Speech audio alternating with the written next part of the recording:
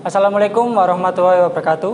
Waalaikumsalam warahmatullahi wabarakatuh. I am Krishna Deva Pratama. So here I want to be as interpreter of Mr. Nadiem Makarim speech. Assalamualaikum warahmatullahi wabarakatuh. Salam sejahtera, namo buddhaya, om swastiastu, salam kebajikan. Apa kabar ibu-ibu?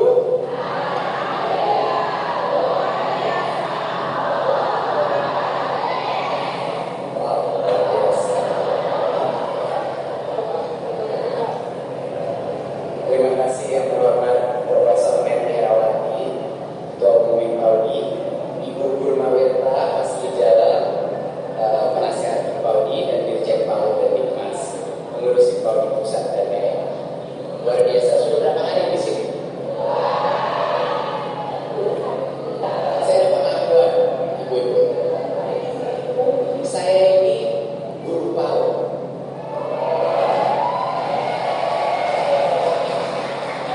Memang benar, saya nggak bisa dibilang guru sekolah karena saya nggak mungkin bisa bilang saya guru SD, SMP, SMA, tapi saya ini guru PAUD. Kenapa saya guru PAUD? Karena saya punya anak, satu umur 1 tahun, yang kedua umur 2 tahun. Dua-duanya perempuan.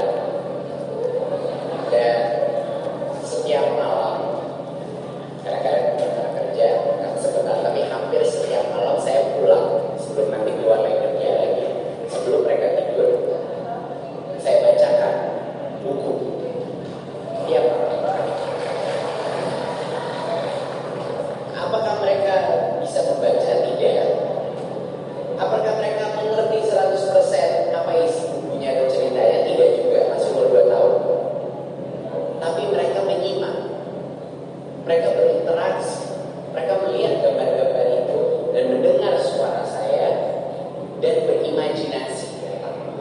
Bahkan yang 1 tahun pun fokus, dia mendengarkan kata-kata yang mungkin dia tidak mengerti, tapi ada suatu ritme, ada suatu dinamik yang terjadi, dan itu adalah pembelajaran. Itu yang terjadi pada saat bukan hanya guru PAUD, tapi orang tua pun berpartisipasi dalam pendidikan anak mereka. Benar tak, Bu? Dari dulu saya suka bingung, kenapa banyak sekali orang tua merasa bahwa pendidikan itu adalah tanggung jawabnya sekolah guru saja. Ini tidak benar.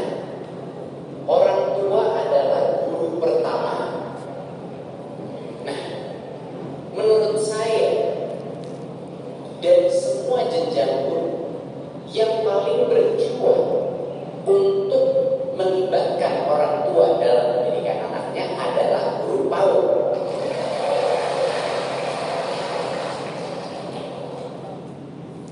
Parents are the first teacher of all levels. The teachers who struggle the most to involve parents in children education are early childhood education teacher.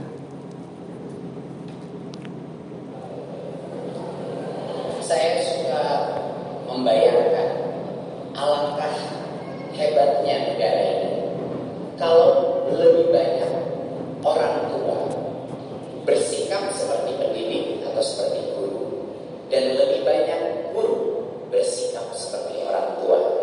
Setuju kan? Saya ulang sekali lagi ya.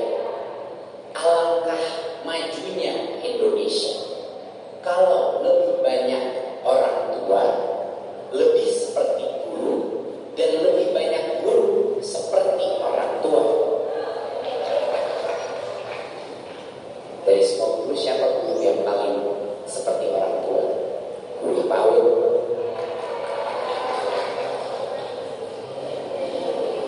Ini ada beberapa hal yang saya ingin ucapkan. Yang pertama adalah pendidikan masa kini, pendidikan PAUD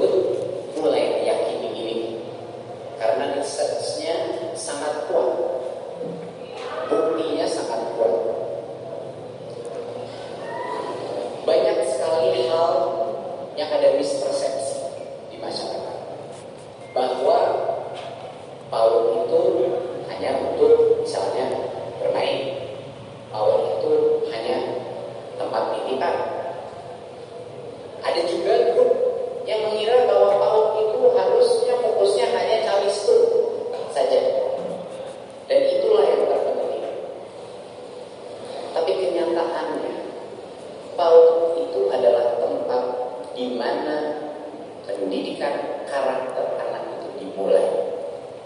Itu adalah yang terpenting, karena pendidikan karakter dan kemampuan kognitif itu tidak bisa dipisahkan, tidak bisa dipisahkan. Kalau anak itu dibentuk dengan disiplin yang baik, dengan etika yang baik, dengan moralitas yang baik, dengan kemampuan kerukunan dengan sesama murid, dengan guru dan orang dewasa, dia bisa mempelajari semua hal di masa depannya. Satu hal yang saya tekankan, menurut saya harus lebih banyak guru-guru SD, guru-guru SMP, dan guru-guru SMA, bahkan dosen harus sering-sering datang ke PAUD.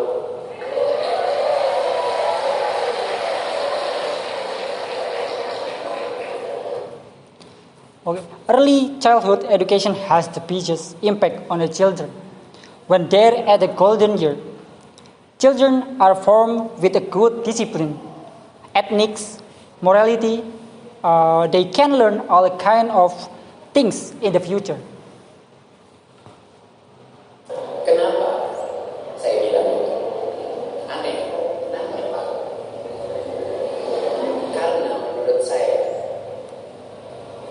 pembelajaran pedagogi untuk menjadi guru yang baik itu paling terlihat di tingkat PAUD. Kenapa? Karena di tingkat PAUD guru itu tidak bisa menyembunyikan kompetensinya. Benar nggak?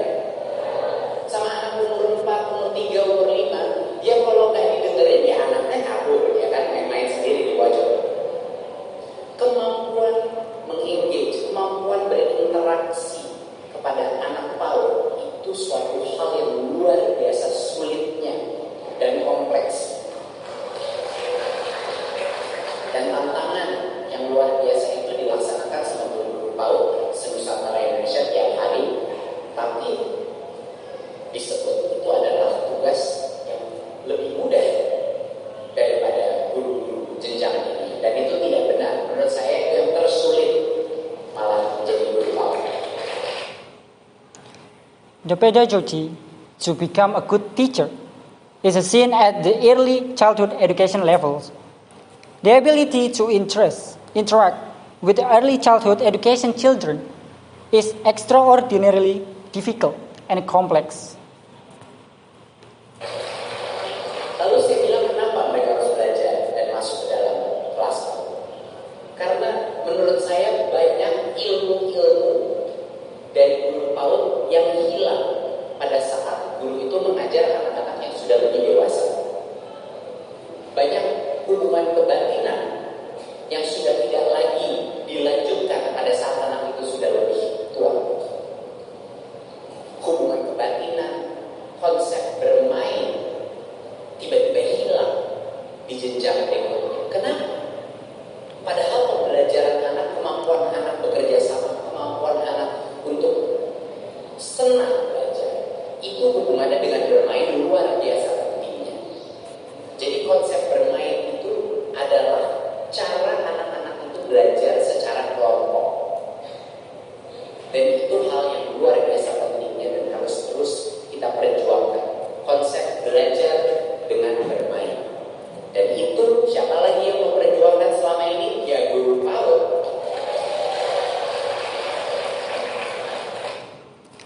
The relationship learning with play is a very important.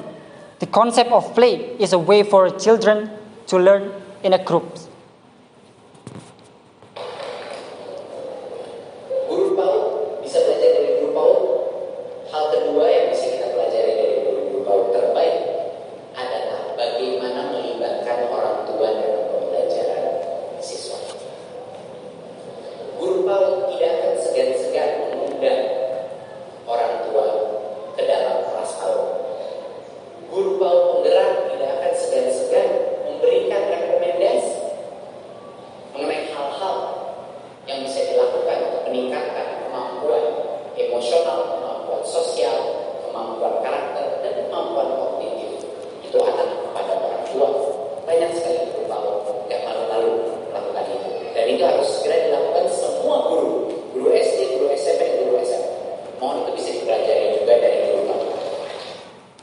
early childhood education, teachers have a way to involve parents in children learning.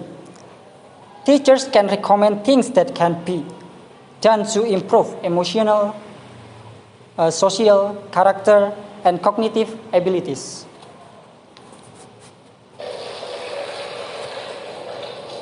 Kenapa itu penting? Karena pendidikan adalah tanggung jawab kita semua. Tanggung jawab orang tua, tanggung jawab guru, tanggung jawab murid, dan tanggung jawab pemerintah dan masyarakat. Itu hal yang sama. Gak bisa semuanya dilempar kepada satu instansi saja. Gak bisa dilempar pada satu kementerian saja. Semua harus berkroyok untuk menjadikan konsep merdeka belajar dan SDM senusantara.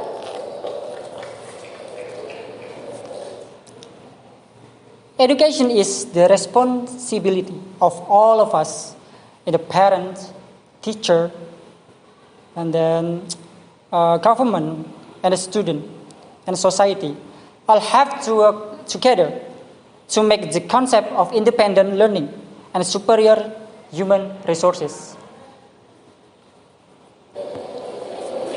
Untuk yang terakhir, yang menurut saya sangat penting untuk dipelajari dari guru PAUD. Guru PAUD itu mau nggak mau harus menciptakan ekosistem atau situasi di mana anak itu berkembang secara holistik. Bukan hanya kognitif, tapi karakter. Bukan hanya intelektual, tapi juga fisik. Bukan hanya belajar sendiri, tapi belajar berkolaborasi. Bukan hanya baca-baca buku, tapi juga bermain. Konsep holistik ini yang sebenarnya di kementerian sekarang sangat cocok dengan paradigma merdeka belajar kita. Tapi tentunya itu tidak bisa hanya dimerdekakan saja. Saya tahu bahwa semua guru PAUD sekarang ini kesusahan. Saya tahu bahwa itu ada kesulitan. Saya tahu dari sisi status, dari sisi pembiayaan, dan berbagai macam aspek ada kesulitan-kesulitan, dan itu sudah disadari. Tapi mohon kesabarannya, seperti yang ibu-ibu di sini tahu, kita baru mulai gebrakan-gebrakan pertama, ronde 1, ronde 2. Kalau kebanyakan gebrakan juga nanti mungkin saya akan dipelan-pelankan. Jadi ya mohon waktu gebrakan ini mohon ada kesabaran dari guru-guru PAUD. Tapi ya pastikan bahwa di Kementerian Pendidikan dan Kebudayaan ada keyakinan bahwa sebenarnya dampak terbesar adalah intervensi yang paling dini.